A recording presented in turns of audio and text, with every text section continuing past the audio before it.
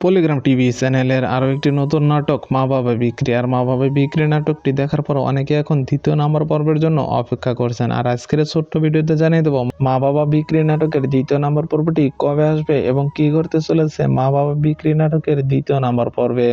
আপনি যদি Polygram TV চ্যানেলের নাটকগুলো পছন্দ করে থাকেন তাহলে আজকের ছোট্ট ভিডিওটি না টেনে দেখার অনুরোধ রইল। মা বাবা বিক্রি নাটকে অভিনয় করেছে আপনাদের প্রিয় অভিনেতা শফিক এবং শ্রাবণী। আপনি পল্লিগ্রাম টিভিতে কাজ করে কতজন অভিনেতাকে চেনেন তাদের নামটি কমেন্ট বক্সে জানিয়ে রাখুন। পরবর্তী ভিডিওতে আপনাদের কমেন্টের ভিত্তিতে একটি রিপ্লে ভিডিও বানানোর চেষ্টা করব।